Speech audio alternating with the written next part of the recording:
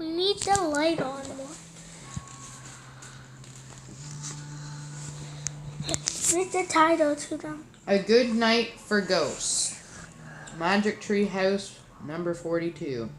A Merlin Mission. By Mary Pope Osborne.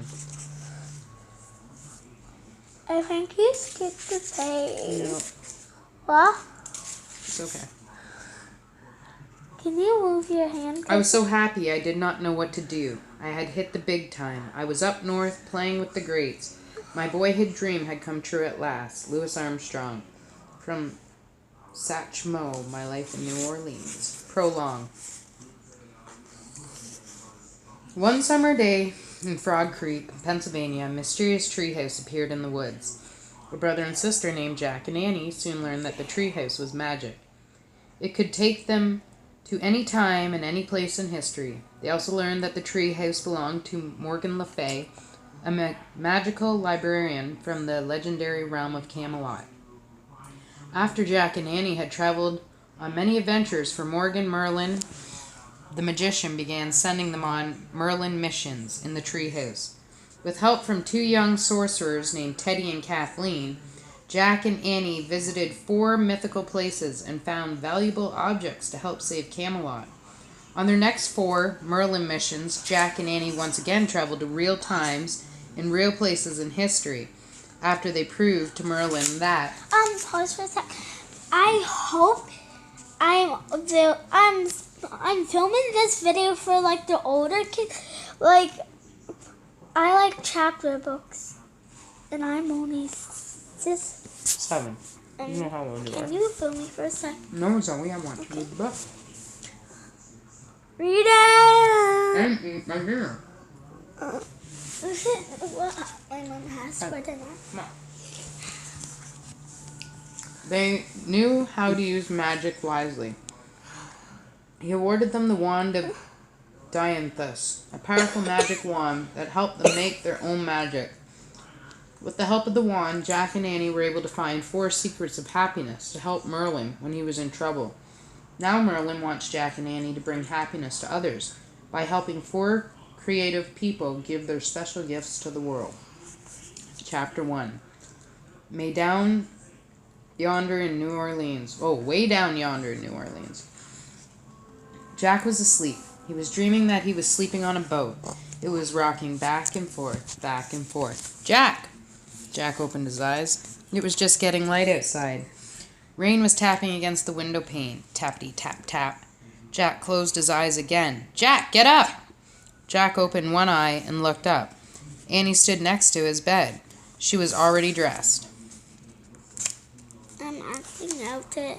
She was even wearing her raincoat. They're here, she whispered. No, they're not, Jack said. He closed his eyes. Yes, they are, said Annie. They're waiting for us. How do you know? Jack asked. I dreamed it, said Annie. Oh, you dreamed it. Jack turned over and pulled the covers over his head. Go back to bed. It's really early and it's raining. Come on, Jack, said Annie. I saw them. They were wearing their cloaks and looking at the treehouse window. Great, said Jack. I just dreamed I was sleeping on a boat. But my dream was real, Jack, said Annie. Jack pretended to snore. Okay, said Annie. I guess you want me to go there all by myself. You want me to have a great adventure while you just lie here dreaming about sleeping. If that's really what you want, I'll leave you alone. Good, said Jack. Have fun. Don't worry, I will, said Annie, and she left Jack's room. Jack lay still for a moment, listening to the rain fall outside. Darn, he thought, what if she's right? Jack heaved a sigh, then he climbed out of bed. He pulled on his clothes and grabbed his backpack. He slipped down the stairs, put on his rain boots and raincoat, then headed out the front door.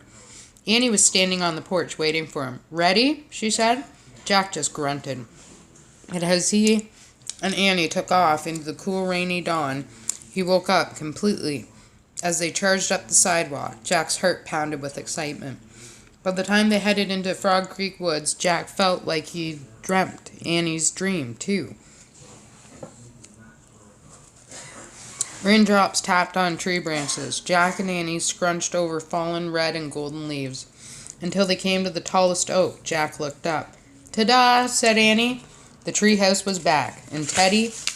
Oh, look at the picture. Let me show them. Kathleen were dressed in their dark cloaks looking out the window. Can you put my head near the background to make it look like I'm like outside? Put it behind my head to make it look like I'm outside. Okay.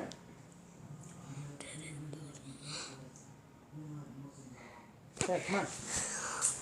"Good morning," called Kathleen. "We dreamed about you," said Jack. "At least Annie did." Teddy and Kathleen smiled, as this news didn't surprise them at all. Annie and Jack started up the rope ladder. When they climbed inside the treehouse, they hugged the two young enchanters. "Welcome," said Kathleen. Why do I have such a terrible taste in my mouth? Her beautiful sea blue eyes sparkled. "Do you have a new mission for us?" said Jack. "Indeed," said Teddy, smiling, "just like last time. Merlin wants you to help a creative person bring his gifts into the world. And this will help you," said Kathleen. She pulled a book from her cloak. "Great," said Jack. He took the book from Kathleen. The cover showed us. Why'd you stop?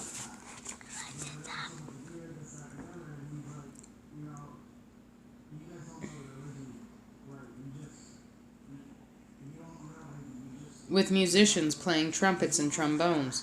The title was A History of New Orleans Music. "New Orleans?" said Annie. "Yes, New Orleans, Louisiana," said Kathleen. "You will love this city," said Teddy. "Cool," said Annie. "And here's your magic flute." Kathleen picked up a gleaming silver flute from the corner of the treehouse. It was the magic flute Jack had played on their adventure in Vienna, Austria. Only this time, Kathleen tossed the flute into the air. It hovered for a moment, then began to twirl around. There was a flash of blue light, and the flute was gone. Floating in its place was a shining brass instrument. Kathleen plucked the instrument from the air. "This time you will play a magic trumpet," she said. "Oh man," breathed Jack, "that's incredible." "Yeah," said Annie, "I've always wanted to play the trumpet." Kathleen laughed. "Well, this is your chance," she said. "The trumpet's magic will make you a brilliant performer." "But the magic can only happen once," Teddy reminded Jack and Annie, "just as you're on your last journey with the magic flute. Play the trumpet only when you face your greatest danger. And while one of us plays, the other has to make up a song, right?" said Annie.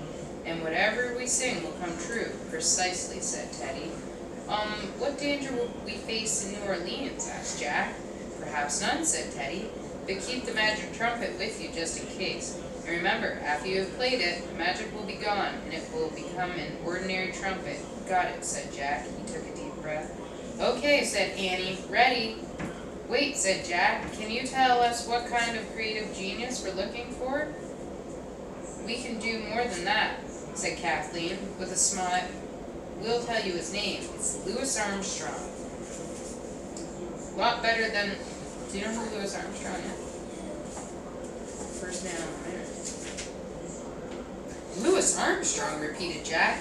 He knew the name. "Oh, he was a king of jazz." "He is the king of jazz," said Teddy. "The king of jazz," said... That's true. Cool. "Yes," said Kathleen, "but Louis Armstrong won't know that when you..." That was Neil Armstrong, by the way, who went to the moon. Oh my goodness, that was brain fart. "Won't know that when you meet him, it is your job to put him on the right path. To give his gifts to the world," said Annie. "Got it." "Good," said Teddy. "And now you should go. Zoe Jones, I'm gonna lose my cool with you." "To meet the king of jazz," said Annie. "Good luck," said Teddy, as he and Kathleen waved goodbye. The wind started to blow. The treehouse started to spin. It spun faster and faster. Then everything was still. Absolutely still. Okay. I'm going downstairs now for a minute. Guys, I'm just gonna do part 2. No, not tonight. Not tonight, but another day. You need to go